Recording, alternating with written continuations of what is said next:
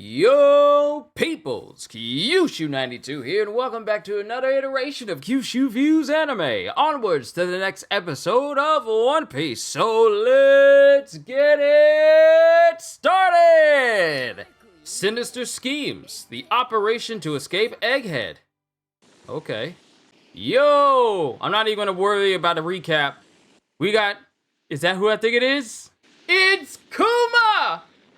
Look at him! Just flying! How fast is he going? I really like the detail of like his eye just shining and you just see the blue sky and the sea. I like how that looks. Now we're back with Sentomaru and all of CP0 just all around him. And of course CP0 is showing no remorse for the fact that he's down. Kaku standing on top of him. Now we head back to the lab. Vegapunk. I just realized Vegapunk is tall. I'm just now realizing that Vegapunk is tall. Look how tall he is compared to Nami. He's literally as tall, if not taller, than Frankie. He's just as tall. He's just as tall as Frankie. Listing all of his accomplishments, technological advancements with Sea Prism Stone, Devil Fruit and their applications, creating the Pacifistas and the Seraphim. Nope, he's taller than Frankie. He's taller than Frankie. Look at how tall. Vegapunk talking about fate again.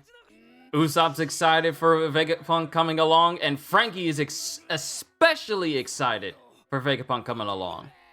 What kind of face? What kind of face is that Nami's making?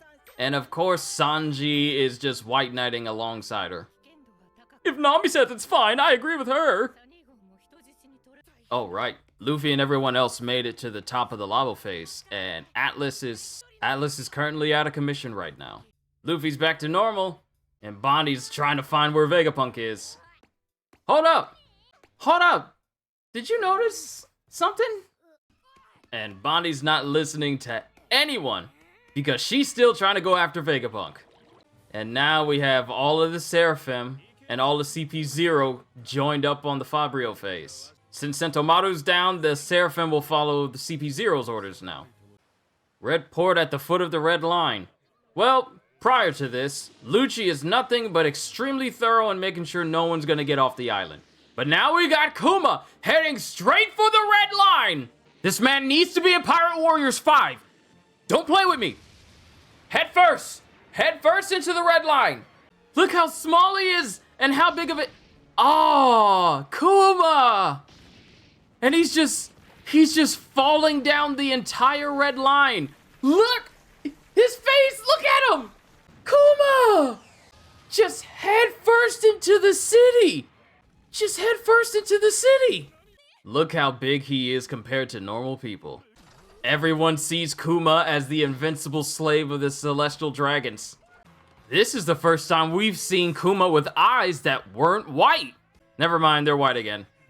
Kuma is struggling. Everyone treating Kuma like he's just some object. His programming is unknown. Please keep your distance. He belongs to the Celestial Dragons. He's just their slave. CP0 is pretty much locked down everywhere on the Fabrio face.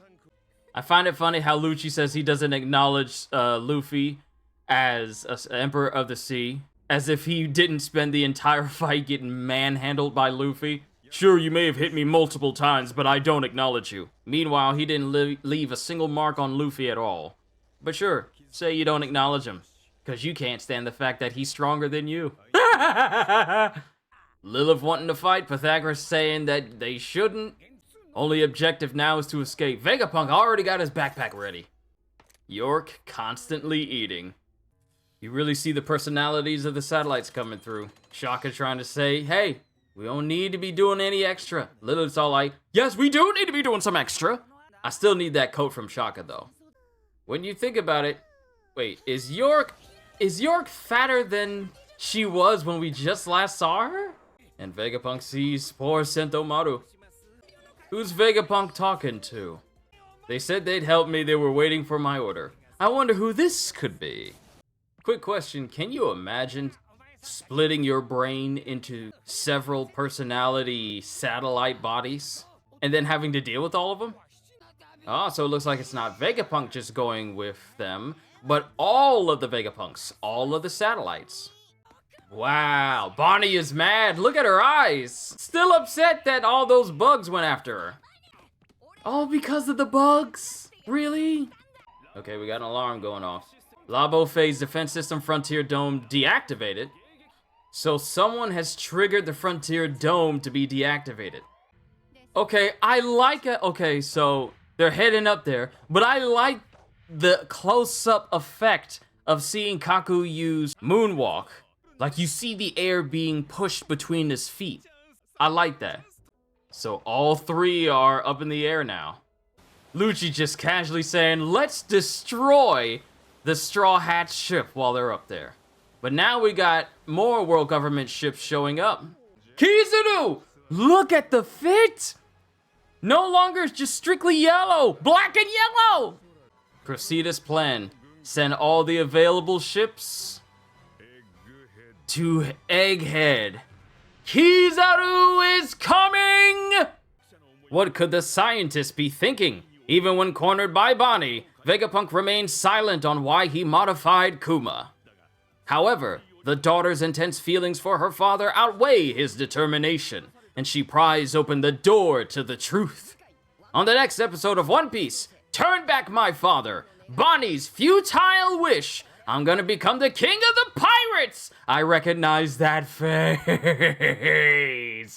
Alright, ladies and gentlemen, another good episode of One Piece. Now, this wasn't like overly animated, nor was this an action-packed chapter. It was actually really tame compared to the last chapter that we got. We got the random Looney Tunes silliness of Luffy versus Lucci, but this one, it might as well just be incredibly calm in comparison. I mean, it started out nice. It started out, you know, big with Kuma flying straight into the red line, and then everyone going on high alert from there. And then we see Vegapunk explaining why CP0's there to come after him. Like, he's not revolting against the world government, except they probably don't see it that way. And listing all of his achievements, the technological advancements he's done, the applications he's done with Sea Prism Stone, his study into devil fruits and their properties, and what he can do with them, i.e., like, make artificial fruits and whatnot, and all of the advancements he's done with the pacifistas and the seraphim. He's just listing all this stuff that he's done, but he's also saying, like, yeah, because of some hard-headed people up there, they may think I'm revolting, and that's probably why they're here to kill me. So that's going on. Lucci, Stussy, and Kaku are stuck down there below the Fabio phase, with Kaku standing on the back of Sentomaru, being disrespectful for a downed opponent, wondering how they're going to get upstairs simply because the Frontier Dome is locked. Everyone's trying to figure out what they're going to do next, but the plan is to get Vegapunk and all of his satellites to travel with the Straw Hat crew and then use the Vega Force 1 to get out. Now, the Frontier Dome goes down, and Lucci, Stussy, and Kaku are topside, with their plan being not only just to take down Vegapunk, but also destroy the Straw Hat ship while they're up there. And then we end with Kizaru on the way, looking mighty nice in that black and yellow suit. May you reference your tailor to me, sir? So Kizaru's on his way saying, send all available ships to Egghead. And he's already got a massive fleet following him there anyway. But yeah, Kizaru's on the way to Egghead. So we got pirates, we got Cypherpole, and now we're gonna have the Navy showing up on Egghead. What's gonna go down on that on the most advanced futuristic island in the entire world? Who can say? Great, hiccups, ignore that. But who can say what's gonna happen on Egghead? I know because I read the manga, but for you anime-only viewers, you haven't seen anything yet. But let my rambling stop here.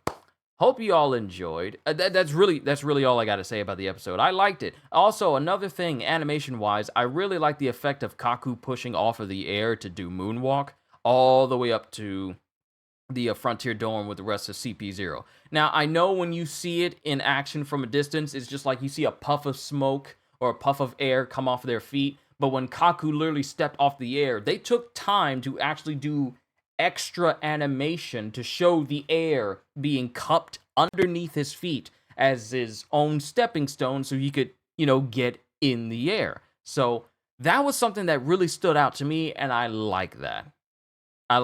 But yeah, that's all I got to say about this episode. You guys let me know what you thought of this episode as a whole. Did you like it? Did you hate it? This felt like a very, very, very calm